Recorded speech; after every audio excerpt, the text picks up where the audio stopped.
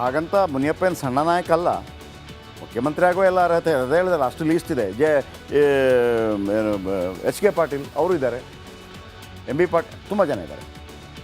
ಆದರೆ ಒಂದು ಹೇಳ್ತೀನಿ ವೀಕ್ಷಕರೇ, ಈ ಇವರು ದಲಿತರು, ದಲಿತ ಸಮುದಾಯಕ್ಕೆ ಸೇರಿದವರು. ಈ ದಲಿತರಲ್ಲಿ ಎಡಗೈ ಮತ್ತು ಬಲಗೈ ಅಂತಿದೆ, ಎಡಗೈ ಮತ್ತು ಬಲಗೈ.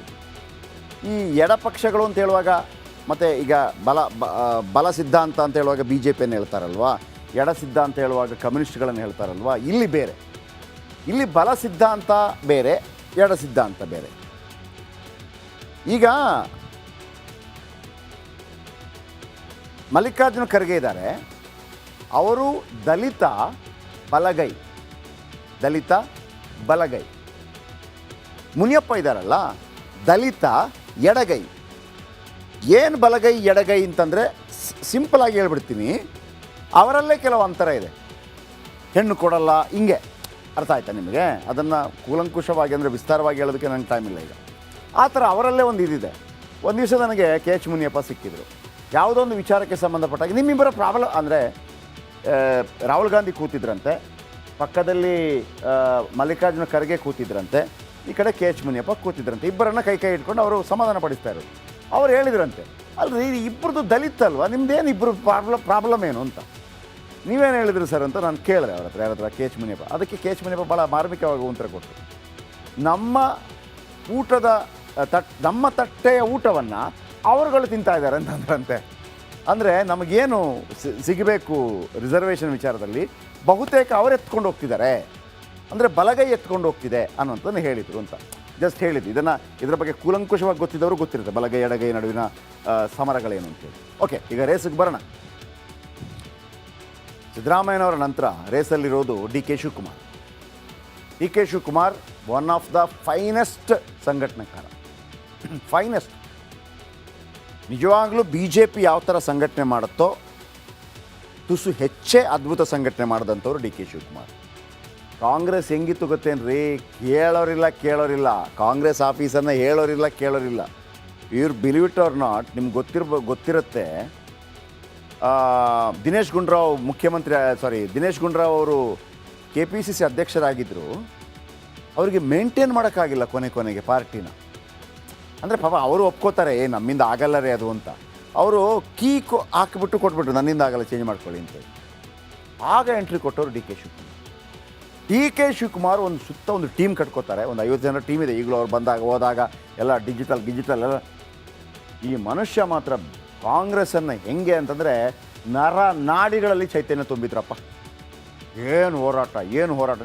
ನೀವು ಪೇ ಸಿ ಎಮ್ ನೋಡಿಲ್ವಾ? ಆಮೇಲೆ ನಮ್ಮ ನೀರು ನಮ್ಮ ಹಕ್ಕು ನೋಡಿಲ್ವಾ? ಈಗ ಡಿ ಕೆ ಶಿವಕುಮಾರ್ ಅವರನ್ನು ಟೀಕೆ ಮಾಡೋ ಸಂದರ್ಭದಲ್ಲಿ ಅನೇಕ ಬಾರಿ ನಾನೇ ಟೀಕೆ ಮಾಡಿದ್ದೀನಿ. ಓಕೆ,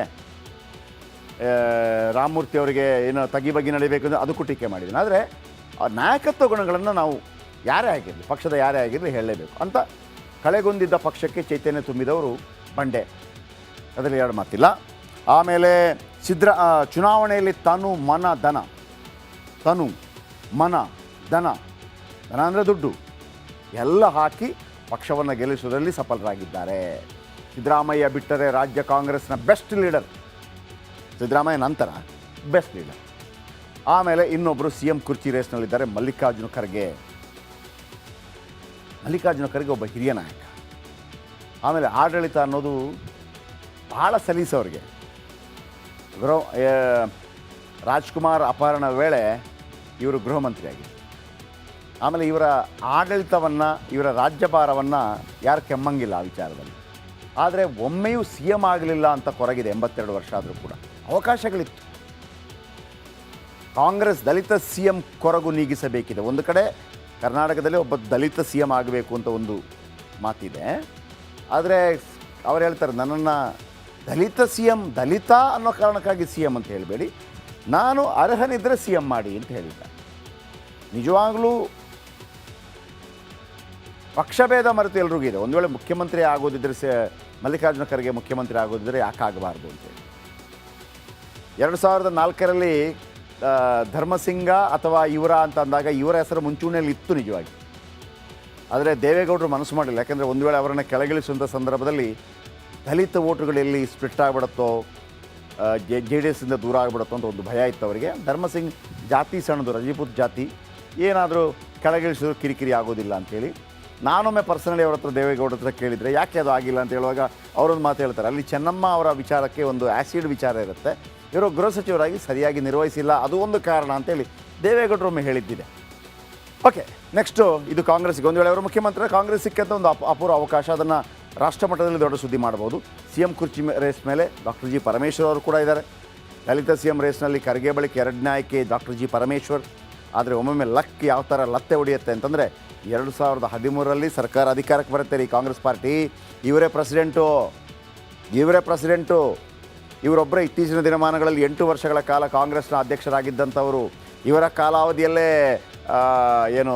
ಬಳ್ಳಾರಿ ಪಾದಯಾತ್ರೆ ಆಗಿದ್ದು ಅಲ್ಲ, ಇವರ ಅದು ದೇಶಪಾಂಡೆ ಕಾಲಾವಧಿಯಲ್ಲಿ.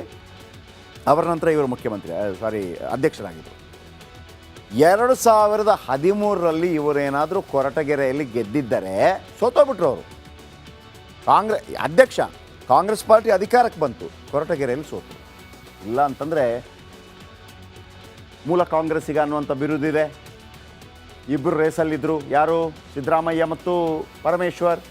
ಹೈಕಮಾಂಡ್ ಯಾರು ಕೊಡ್ತಾ ಇತ್ತು? ಪರಮೇಶ್ವರ್ಗೆ ಕೊಡ್ತಾ ಇತ್ತು, ಬಟ್ ಸೋತೋಗ್ಬಿಟ್ಟು ಲಕ್ ಕೈ ಕೊಡ್ತು. ಆಮೇಲೆ ಪ್ರಮುಖ ಖಾತೆ ನಿಭಾಯಿಸಿದ ಅನುಭವ ಇದೆ. ಆಮೇಲೆ ಸಜ್ಜನ ರಾಜಕಾರಣ. ಆದರೆ ಒಂದಲ್ಲ ಒಂದು ದಿವಸ ಮುಖ್ಯಮಂತ್ರಿ ಆಗಬೇಕು ಅಂತ ಬಹಳ ಆಸೆ ಇದೆ. ಯಾವಾಗ ಈಡೇರುತ್ತೋ ಗೊತ್ತಿಲ್ಲ. ನೆಕ್ಸ್ಟು ಸಿ ಎಂ ಕುರ್ಚಿ ರೇಸ್ ಮೇಲೆ ಸತೀಶ್ ಜಾರಕಿಹೊಳಿ ಕಣ್ಣಿದೆ. ಉತ್ತರ ಕರ್ನಾಟಕ ಭಾಗದ ಪ್ರಬಲ ನಾಯಕ. ಸಿದ್ದರಾಮಯ್ಯ ಬಳಿಕ ಅಹಿಂದ ನಾಯಕನಾಗೋ ತಾಕತ್ತಿದೆ. ಅಹಿಂದ ನಾಯಕ, ಅರ್ಥ ಆಯ್ತಾ? ಅಹಿಂದ ನಾಯಕ. ಇವರೆಲ್ಲ ಜೆ ಡಿ ಎಸ್ಸಲ್ಲಿದ್ದರು, ಇವರೆಲ್ಲ ಜನತಾ ಪರಿವಾರದಲ್ಲಿದ್ದರು. ಸಿದ್ದರಾಮಯ್ಯ ಹೇಳಿದ್ದಕ್ಕೆ ಚಲೋ, ಹಾಗೆ ಎಲ್ಲಿ ಸಿದ್ದರಾಮಯ್ಯ ಅಲ್ಲಿ ನಾನು, ಆಯಿತಾ? ಸಿದ್ದರಾಮಯ್ಯನವರಿಗೆ ಆರಂಭದ ಫಿನಾನ್ಸ್ ಎಲ್ಲ ಇವ್ರದ್ದೇ, ಮುಖ್ಯಮಂತ್ರಿ ಆಗೋ ಟೈಮಲ್ಲಿ ಅಬಕಾರಿ ಸಚಿವರಾಗಿ ಮತ್ತೊಂದಾಗಿ. ಆಮೇಲೆ ಇವರೆಲ್ಲ ಸಾಹುಕಾರರು, ದುಡ್ಡಿನ ಪ್ರಾಬ್ಲಮ್ ಇಲ್ಲ ಇವರಿಗೆಲ್ಲ. ಆದರೆ ತುಂಬ ಬ್ರಿಲಿಯಂಟ್ ಇದ್ದಾರೆ ಸತೀಶ್ ಜಾರಕಿಹೊಳಿ. ಆ ಅಹಿಂದ ವ್ಯಾಕ್ಯೂಮ್ ಇದೆಯಲ್ಲ, ಖಾಲಿಯಾಗೋ ವ್ಯಾಕ್ಯೂಮ್, ಅದನ್ನು ಯಾವ ಥರ ನಿಭಾಯಿಸ್ತಾರೆ ನೋಡಬೇಕು. ಇವರು ಕುರುಬಾಗಿರ್ಬೋದು. ಯಾರು? ಸಿದ್ದರಾಮಯ್ಯ ಕುರುಬ. ಇವರು ವಾಲ್ಮೀಕಿ ಸಮುದಾಯ ಅಂದರೆ ಬೇಡ ಸಮುದಾಯ, ಅಂದರೆ ಬೇಟೆಗಾರ ಸಮುದಾಯ, ಅದು ಆ ಥರ. ಇವರು ರಾಮುಲು, ಉಗ್ರಪ್ಪ, ರಮೇಶ್ ಜಾರಕಿಹೊಳಿ, ಇವರು ಸಹೋದರ, ಇವರೆಲ್ಲ ಒಂದೇ ಸಮುದಾಯ. ಇನ್ನು ಶಾಸಕರ ವಿಶ್ವಾಸ ಗಳಿಸಲು ಯತ್ನಿಸ್ತಾ ಇದ್ದಾರೆ. ಬಟ್ ಬಹಳ ಕೂಲ್ ಪರ್ಸನ್. ಏನು ನೀವು ಅವ್ರ ಮುಂದೆ ಸರ್ ಇಲ್ಲಿ ಬಾಂಬ್ ಇದೆ ಅಂದರೂ ಕೂಡ, ಹೌದಾ ಸ್ವಲ್ಪ ಅದನ್ನು ತೆಗೆದು ಆ ಕಡೆ ಇಡಿ, ಹಿಂಗೆ ಈ ಥರ ಮಾತಾಡೋ ಜಾಯಮಾನ. ಇನ್ನು ಸಿ ಎಂ ಕುರ್ಚಿ ರೇಸ್ ಮೇಲೆ ಎಂ ಬಿ ಪಾಟೀಲ್ ಉತ್ತರ ಕರ್ನಾಟಕ ಪ್ರಮುಖ ನಾಯಕರಾಗುವ ಎಲ್ಲ ಸಾಧ್ಯತೆ ಇದೆ. ಹಣಕಾಸಿನ ತೊಂದರೆ ಇಲ್ಲ ಅವರಿಗೆ. ಅವರ ತಂದೆಯ ಕಾಲದಿಂದಲೂ ದೊಡ್ಡ ಶ್ರೀಮಂತರು. ಹಾಗಾಗಿ ದುಡ್ಡು ಹೊಡೆದ್ರಂತೆ, ಭ್ರಷ್ಟಾಚಾರ ಮಾಡಿದ್ರಂತೆ ಅಗತ್ಯನೇ ಇಲ್ಲ, ಅಷ್ಟು ದುಡ್ಡಿದೆ ಅವ್ರ ಬಳಿ. ಆದರೆ ಲಿಂಗಾಯತರನ್ನು ಕಾಂಗ್ರೆಸ್ಗೆ ಕರೆತರಬೇಕು, ಒಂದು ಒಳ್ಳೆ ಅವಕಾಶ ಇತ್ತು ಅವರಿಗೆ. ಯಡಿಯೂರಪ್ಪನವರನ್ನು ಕೆಳಗಿಳಿಸಿದ ನಂತರ ಸ್ವಲ್ಪ ಪ್ರಯತ್ನ ಪಟ್ಟರು. ಆದರೆ ಇನ್ನೂ ಕೂಡ ಅವರು ಪೂರ್ಣ ಪ್ರಮಾಣದಲ್ಲಿ ತೊಡಗಿಸ್ಕೊಂಡಿಲ್ಲ. ಪೂರ್ಣ ಪ್ರಮಾಣದಲ್ಲಿ ತೊಡಗಿಸ್ಕೊಳ್ಳೋ ಪ್ರಯತ್ನ ಮಾಡಿದರೆ ಎಂ ಬಿ ಪಾಟೀಲ್ ಎಲ್ಲ ಶಕ್ತಿ ಅವರ ಬಳಿ ಇದೆ, ಅವರು ಮನಸ್ಸು ಮಾಡಬೇಕಷ್ಟೆ. ಇನ್ನು ಉತ್ತರ ಕರ್ನಾಟಕದ ಭಾಗದ ಕೂಗಿಗೆ ದನಿ ಆಗ್ತಾರೆ ಅನ್ನುವಂಥದ್ದು. ಇವರೆಲ್ಲ ಸಿ ಎಂ ರೇಸಲ್ಲಿರೋ